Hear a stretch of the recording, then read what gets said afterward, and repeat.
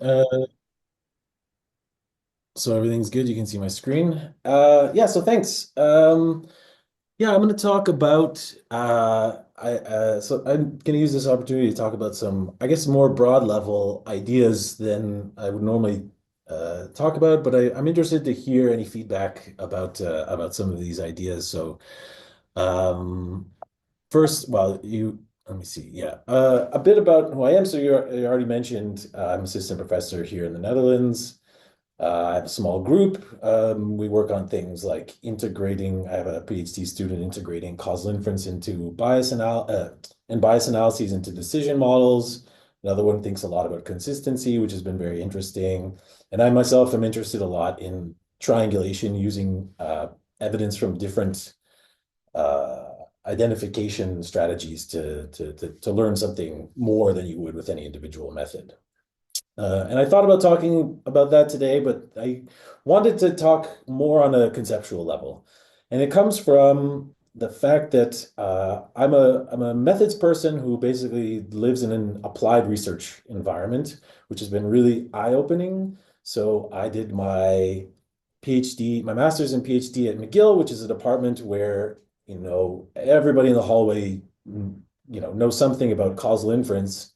And now I'm working in a place where that's very much or less the case, let's say.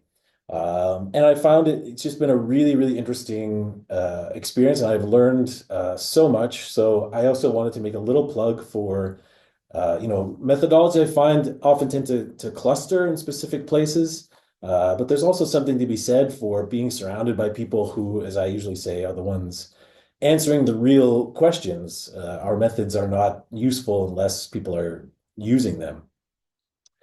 And during the course of this talk, I'm going to be critical of applied researchers. Or rather, I'm never going to point to any specific authors, but I'm going to show papers and whatnot. And I just wanted to be clear at the beginning that, most people are out there, most applied researchers are out there trying to answer the real questions to the best of their abilities. And the problems I'm describing are not it's not the authors that I'm trying to blame. These problems are really systemic. So just to make sure that if I say anything that's, saying something about a specific paper or whatever, I'm really not criticizing the authors. I'm trying to criticize the system.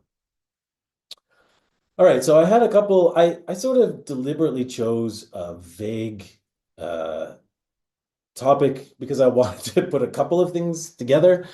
And when I say before and after causal inference, what I wanted to imply was like before you take a causal inference, I want to talk about one specific issue before you take causal inference courses.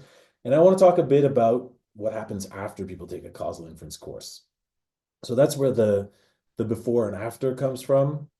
And I'm really going to focus on one so I'm going to start with a paper that is joint work with Katrina Kezios who's just transitioned from Columbia University to Boston University.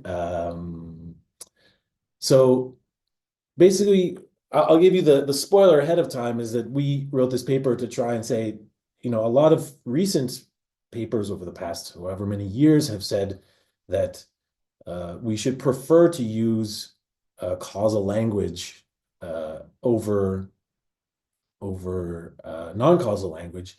And our paper goes a step further and says actually you have to that associational language gets you into trouble.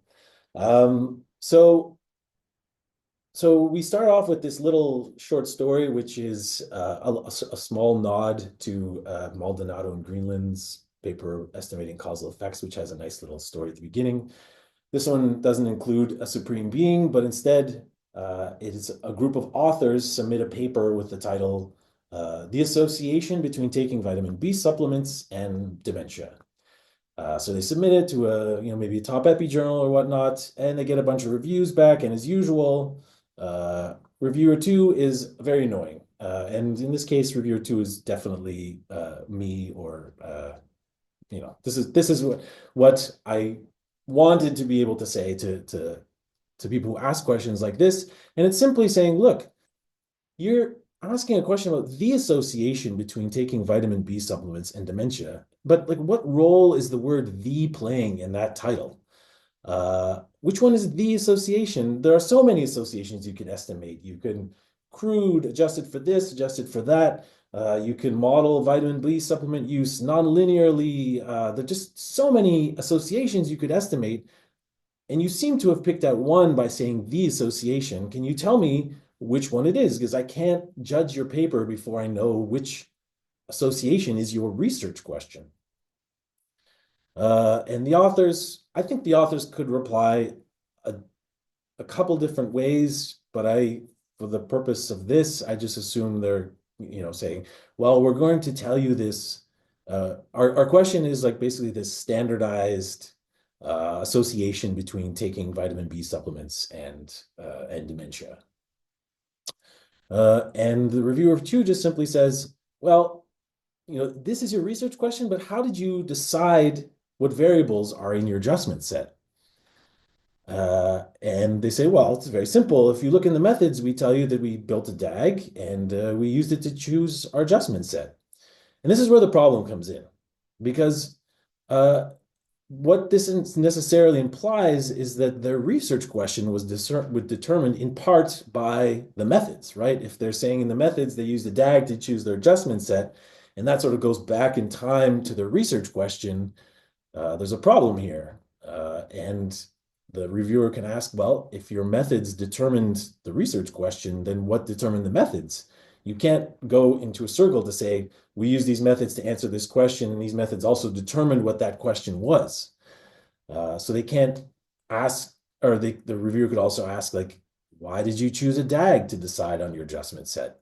And you can't say it was to answer the question that they said they were answering, because that would be circular reasoning.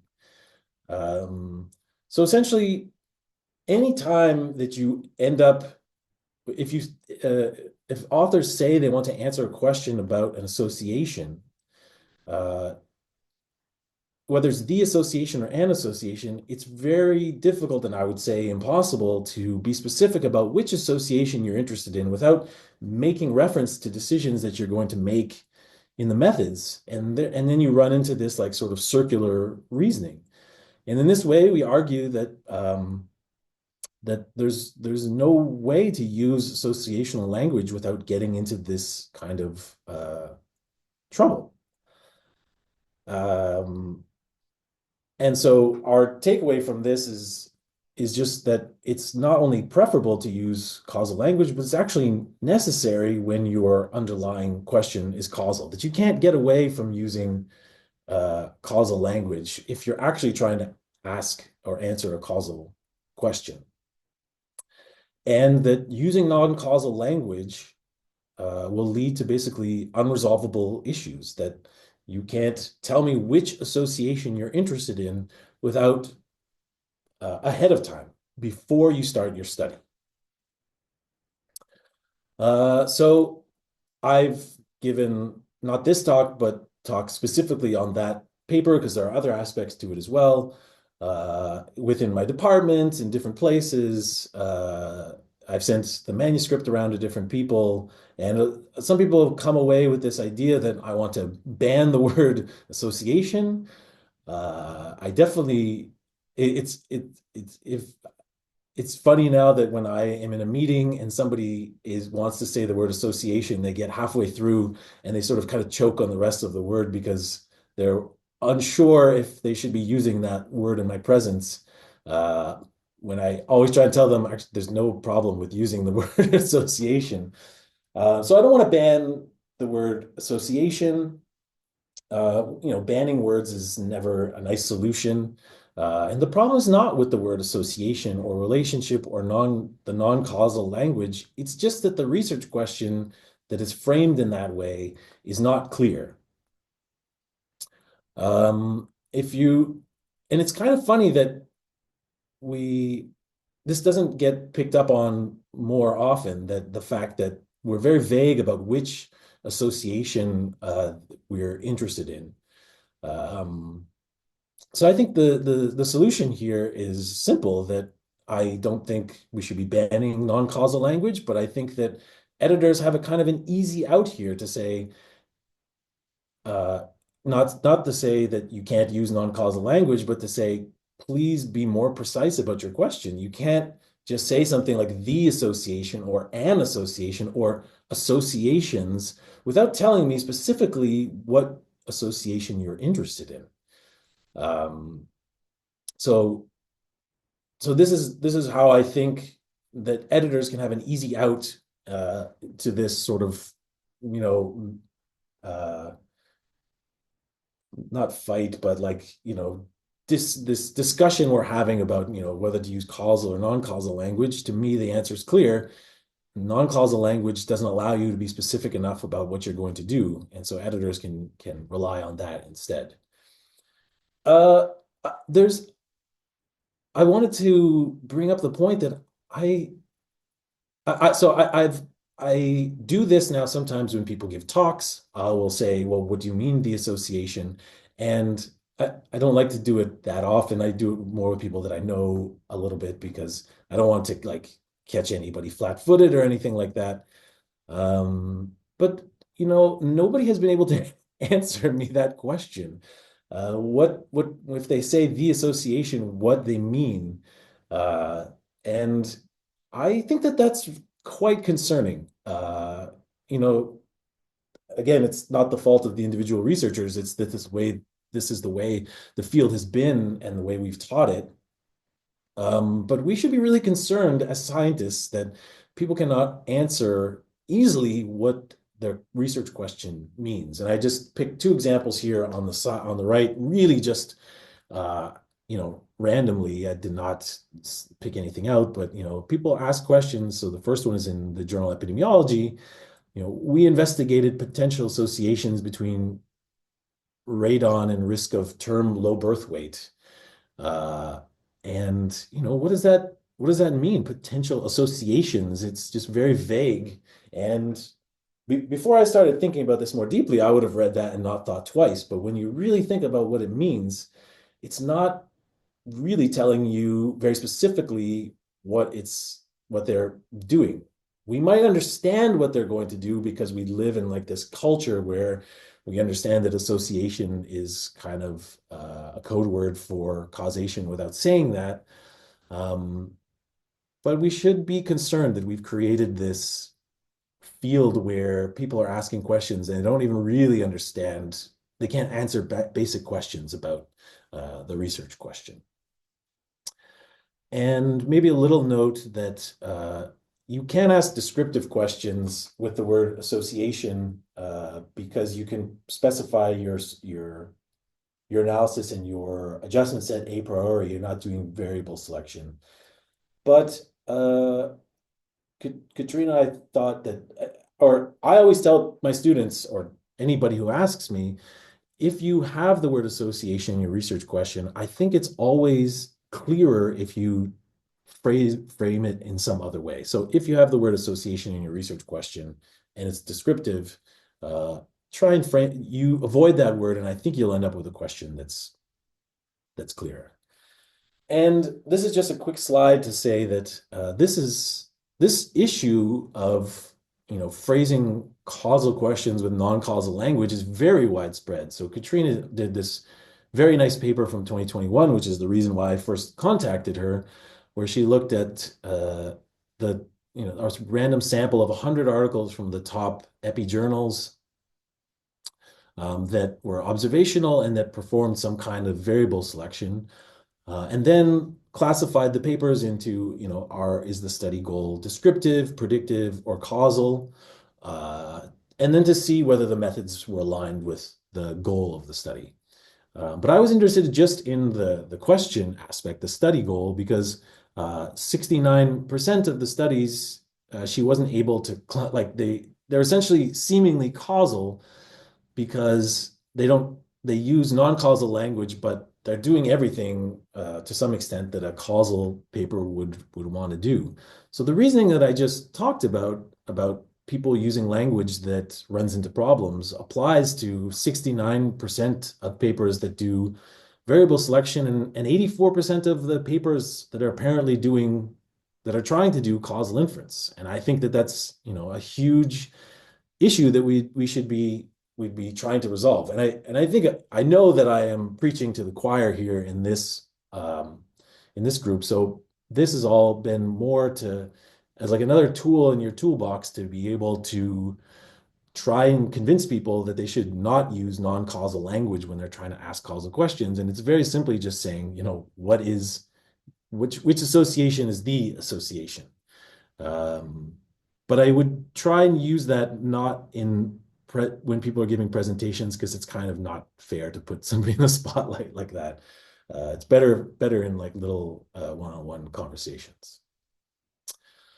Another little thing we talk about is this idea. So this is from an AJE paper. This is what AJE still points to for their policy about causal language.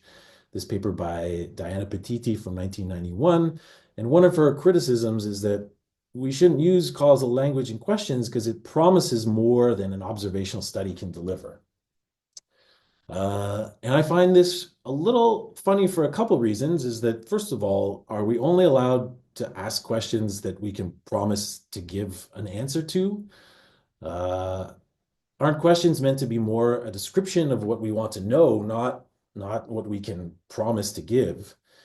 Even if you did say that a question is a promise about what you're going to give, then you run into this problem that you never know a priori what you can promise, right? Because you ask a question at the beginning of a research study, and then you do the research study, and you might find out halfway through that you cannot promise what you said you were going to promise. So, as part of my one paper I wanted to do for my PhD was to use regression discontinuity to evaluate the effect of a program. And that was my research question. I'm going to estimate the causal effect of this program. And I got halfway through and I realized that that one of the assumptions specifically was violated, and therefore I didn't know beforehand that I couldn't promise that answer. And so this idea that it's something you need to be able to promise what you can give, to me doesn't hold any water. And especially because we don't apply the same reasoning to descriptive and predictive questions. We don't ever say, you're not allowed to call your study descriptive because it doesn't come from a representative sample from your population. A lot of descriptive studies are convenience samples or that type of thing. And it doesn't mean it's wrong or bad. It just means that you should interpret it carefully. But we still allow those to be called descriptive studies. And it's the same with predictive studies. We say you're allowed to use the word predictive, even though you might make a very bad predictive model. So this came up recently on Blue Sky with Martin van Smede, who's just down the road from me here in Utrecht, posting about this very, very cool sort of living systematic review that he did during the COVID. He and many others did together during the pandemic. And he said, 5 years ago, we did this living review, and we reviewed all of these prediction models, and we found that many of them are not very good. And so we decided to stop reviewing them. They were so bad. And he says many external validation studies followed and confirmed that they're indeed poor. And I kind of wanted to make a joke about this. So I said, clearly, most predictive models are not very good at predicting. I propose that people asking predictive questions should not be able to use the word prediction in your manuscripts. They must replace it with non-predictive language, e.g., association as an example. And I'm not a very I don't get many likes that on Blue Sky anyway, but this one got especially few. I think it only got one. So I don't know if people didn't understand the joke or were offended that I would say that you can't use the word prediction. But it's the same critique applied to predictive modeling. So I don't see why it would apply to predictive modeling and not to why it would apply to causal questions and not to predictive questions. So in Katrina and I's paper, we sort of suggest something that maps very closely onto a lot of suggestions, except ours is more about the language used rather than the section in which it's used. So we just basically, and this is really straightforward. It's just, use the word causal effect when you're talking about the true unknowable causal effect, the thing you would like to know, but really can only know imperfectly. So in the introduction, to state your research question, the methods to refer to what you're targeting, and in the discussion to talk about what you're biased away from. Then the term association, you use it when you're talking about your estimate without any reference to causal assumptions. You're really just talking about the numerical value of what you got. So you talk about this in the methods when you say what your estimator will give you, and then the results to describe your numerical result. And then you use the word estimated causal effect when you're interpreting the association in the context of causal assumptions. So when you're saying, I'm taking this association and under all of these causal assumptions, now I can interpret this as an estimated causal effect. So it's not very different from things that have already been proposed. I might kind of make this point quite quickly because I'm already kind of a bit behind where I wanted to be. But it's an interesting question. So I pointed out to one of my students that I think it's funny that when it comes to statistical inference, software gives you so much help. Like it's calculating everything for you. It gives you all sorts of things about, residual standard error. But when it comes to causal inference, man, we really don't give anything. So this TMLE package here is one of the ones that's doing the most, and it's actually saying this answer is an ATE. It gives you bounds on the propensity score, but really functions that are clearly estimating causal effects are not giving you very much to work with. So my student kind of had a field day and went and made something called, so this is Maurice Korf, this function called carefully causal, which is not meant to be like a prime time function. It's meant to be like a pilot to show what kind of things we can incorporate into software. And it does little neat things like it takes your inputs and plugs them into the assumptions. So the assumptions are phrased in the terms of the input functions. They're not just generically stated, which I kind of like. So people who are not familiar with causal inference are sort of having these things shoved in their face to say, look, if you want to interpret this as causal, these are the things you have to believe. So we wrote a little commentary arguing that, when you're developing software, keep this stuff in mind, like that we should be trying to help the user with causal inference the same way that we help them with statistical inference. So my whole point here is that one way we can start getting people into causal inference courses is by saying that actually you should be using causal language when you ask causal questions, and using non-causal language turns out to be problematic. So I'm going to actually, one last point I did want to make is that one thing that I'm a bit frustrated, or not frustrated, but I think we should be more careful with, which is a criticism that a lot of applied researchers tell me when I try and argue for causal language, is that there's this misinterpretation or misunderstanding that somehow if you ask causal questions, it somehow makes your answer more causal. And of course, that's not true.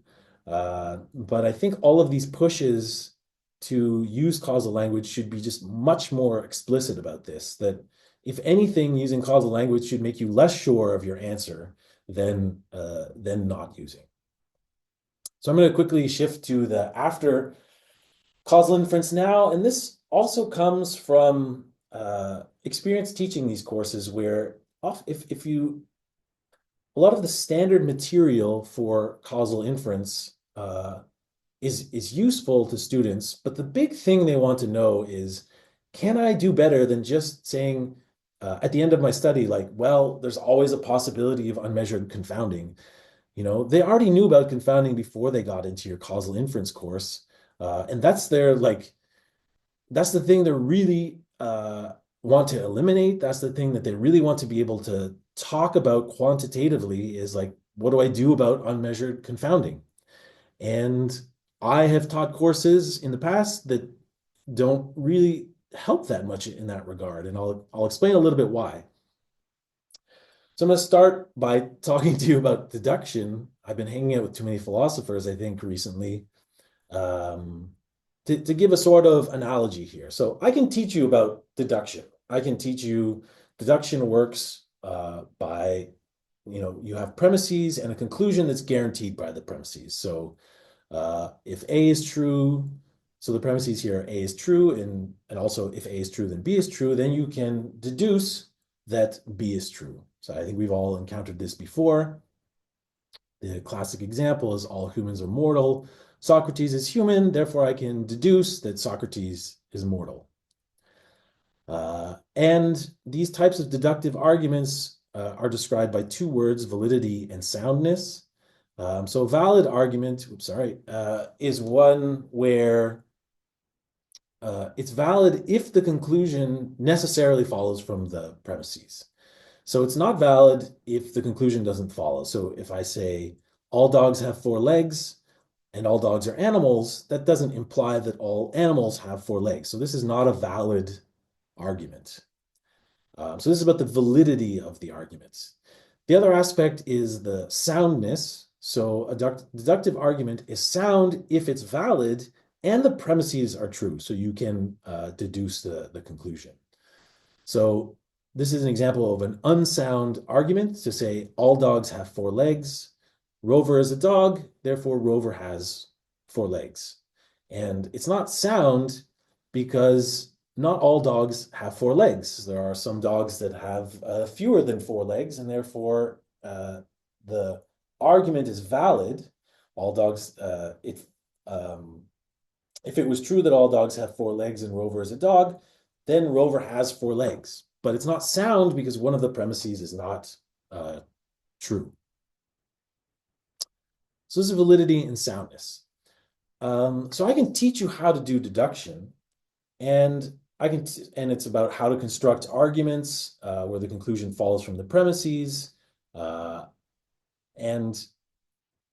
the thing is, my point here is that you can understand deduction without being able to deduce anything, because in order to deduce something, you have to be able to talk about the soundness of the argument.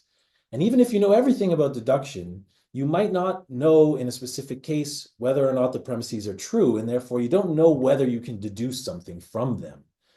And so I say that knowing about deduction is not sufficient to be able to deduce because you don't know whether the premises are true. And all of this is to say that something equivalent is going on with causal inference. We teach people how to use assumption sets, which are the sort of the part of the argument here to guarantee a causal conclusion if the assumptions are satisfied.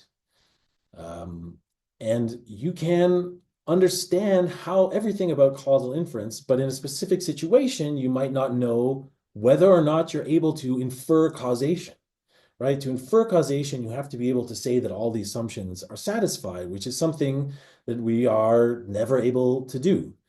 And so if I want to be just, pick a fight, or not pick a fight, but like, be a little bit spicy, I say things like causal inference is not sufficient to infer causation. You can take a causal inference course, but unless I teach you how to think through how to make arguments for the assumptions, how to give evidence for whether or not the assumptions are satisfied, then I have not given you the ability to infer causation. And I have been in and I have taught courses that are like this, where I've taught people what the assumptions are, but not really given them many tools for how to argue whether or not they're satisfied.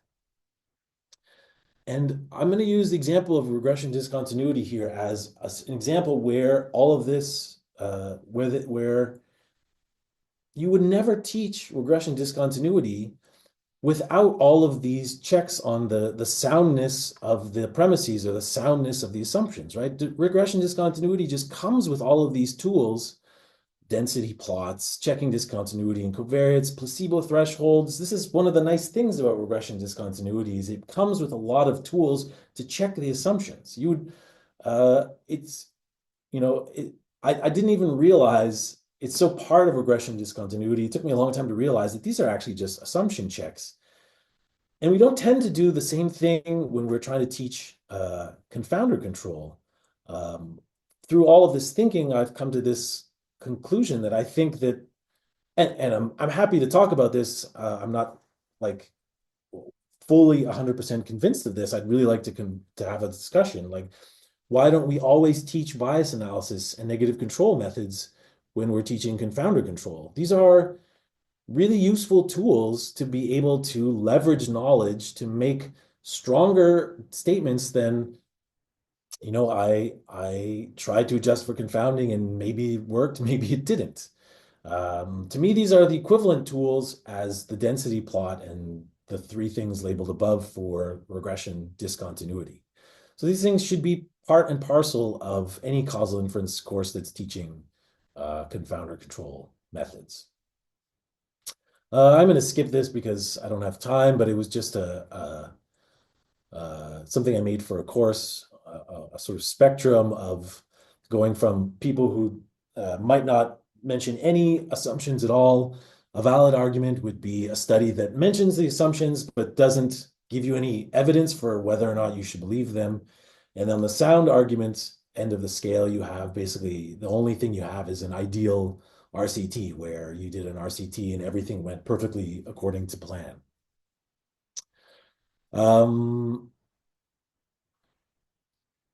And this is just also a quick thing to say. I gave this in class to ask people, after which statement can you infer causation from an RCT? And I had pretty much a half 50-50 split between, so they're all things about like, we ran an RCT, we randomized eligible participants, and the split was about half and half between 6 and 8. So between stating the assumptions and giving evidence that the assumptions have to be satisfied. So my answer is that you can only infer causation once you get to statement 8. Because before that, I have basically zero evidence to tell you whether or not it's causal because I haven't been given the relevant information yet. So to me, this is what makes an RCT special. It's not directly the randomization. It's that sometimes it allows you to tell it's the story it allows you to tell. It allows you to tell a very convincing story about the validity or that's not the word I want to use. The soundness of the assumptions, that the assumptions are satisfied. So this is how I think about RCTs now, and it makes it much easier to say like an RCT isn't the epitome of evidence. It's an RCT that allows you to tell, well, it's any story that allows you to tell a nice, any study, any design that allows you to tell a nice story. And